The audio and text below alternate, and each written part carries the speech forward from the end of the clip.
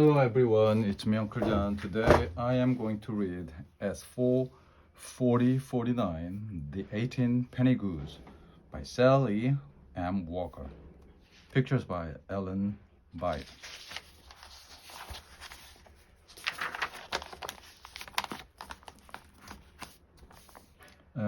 Summary of the story is this.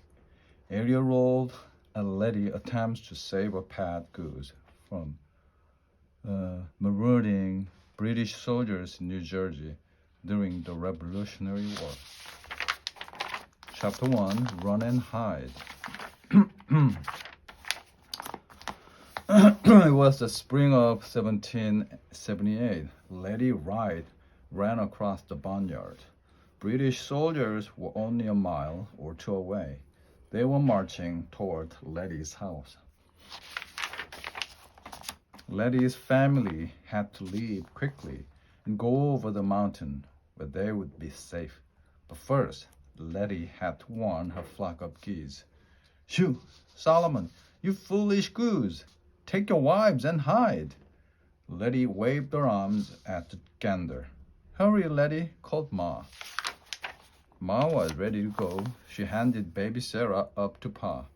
Letty's brother John peeked over the side of the wagon. He was sucking his thumb.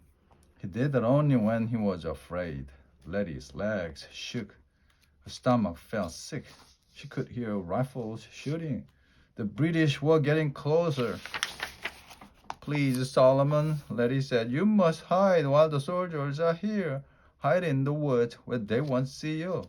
It'll only be for a few days. Our soldiers will come and chase the British away. Then you can come home." Solomon honked at Letty. He flapped his wings and ran across the yard. But he did not hide. "Letty, get in the wagon. We must go now. Solomon must take care of himself," said Ma. "Wait, please," Letty begged. Letty knew soldiers stole things and took farm animals for food. She had to save Solomon and the other geese. Letty ran into the house. She grabbed a sheet of paper and a quill pen and wrote, "Dear soldiers, please do not harm my geese. Solomon, the gander, is my friend. I raised him from a baby. He knows you're coming, but he will not run away and hide. Thank you. Letty Wright, age 8." Letty put the letter on the mantle. Maybe the soldiers would read her note. Maybe, just maybe, they would not hurt her geese. Letty ran outside. Pa pulled her up into the wagon. At the bend in the road, Letty looked back. She was afraid she would never see her home or Solomon again. Chapter 2, Over the Mountain. "Where will we sleep?" asked Letty. "We will stay with Pa's friends," said Ma. "They have a big barn. We'll be safe there." The 2 cows were tied behind the wagon. They mooed and mooed. "The dust hurts their eyes," said John. "My eyes hurt too," said Letty. She blinked away tears and looked at Pa. "Will the soldiers burn our house?" asked Letty. "Will they take Solomon and his wives?" "I hope not," said Pa. His face was grim. "I wrote a letter to the soldiers. I asked them not to hurt my geese," said Letty. Pa shook his head. "I will not lie to you, Letty. If the soldiers are hungry, they will take your geese," said Pa. Letty closed her eyes tightly and said nothing. Ma held Letty's hand. The Wright's wagon rolled past the Chapman's house. The Chapman's horses were gone. Letty's friend Jemima and her family had already left. Letty was glad the British soldiers would not get the Chapman's horses. She was glad Pa had tied the cows to the wagon. She wished there had been time to catch Solomon and his wives. When they got to the top of the mountain, Letty looked down. She could hear guns. She could see smoke. She could not see her house. She could not see Solomon. Chapter 3, Waiting. Letty and her family stayed with Pa's friends for 3 days.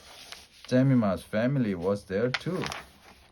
During the day, Letty milked her family's cow. She fed the chickens that lived on the farm, but they were not as friendly as Solomon and his wives. At night, everyone slept in the barn. Each evening, Letty wished on the first star. She wished her home would be safe. She wished Solomon would be safe. Everyone kept talking about the British soldiers. Jemima said, "My pa said that British soldiers knew Mistress Crane was sick. They stole her feather bed anyway because they wanted a soft place to sleep." Thinking about feather beds made Letty sad. Hearing about mean soldiers made her feel even worse. The soldiers would laugh at her letter and eat Solomon for dinner. On the third day, an American soldier rode up to the house. "Our soldiers have chased the British away. They will not come back. You may go home," he said. Pa got the wagon ready. Jemima hugged Letty. I hope Solomon is all right," said Jemima. "Come and visit me as soon as you can," said Letty. Pa helped Letty into the wagon. Letty and her family headed home. Chapter 4, Home Again. The right wagon passed the Chapman's house.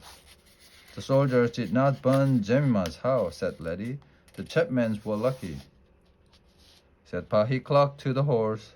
The wagon wheels turned faster. "I hope we are lucky," said Ma. Letty crossed her fingers, and they reached the bend in the road. "Thank goodness," said Ma. The house was not burned, but the fences were broken. Ma's garden was trampled. Worst of all, the geese were gone. "Solomon," Letty started to cry. The Wrights went into the house. Ma cried when she stepped inside. A spinning wheel was broken. Smashed dishes were on the floor. The soldiers had hammered metal spikes into the mantel and roasted food on them. "Look," Pa said.